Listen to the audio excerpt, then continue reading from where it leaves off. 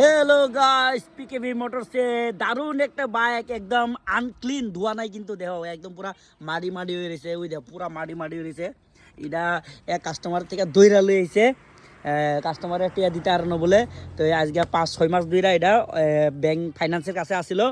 Finance আজকে auction দিয়ে আসেরা আমরার কাছে রিসিভ কপি, অরিজিনাল রেজিস্ট্রেশন, মালিকের আই কার্ড, আধার কার্ড আর ফাইন্যান্সের কপি সহ পিকেবি মোটরসে আইনা তুইলা দিয়া গেছে গা। বাইকটার নাম হয়েছে গিয়া স্প্লেন্ডার প্লাস, 2024 মার্চ মাসের এই বাইকটা।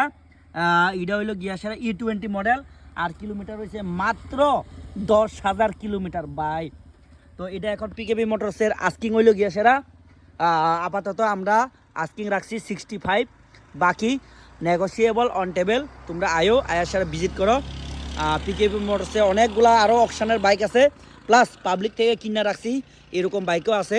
তোমরা আয়াসেরা নিজের পছন্দের মতো নিজের বাজেটের হিসাবে বাইক লিয়ে যাইতে পারো।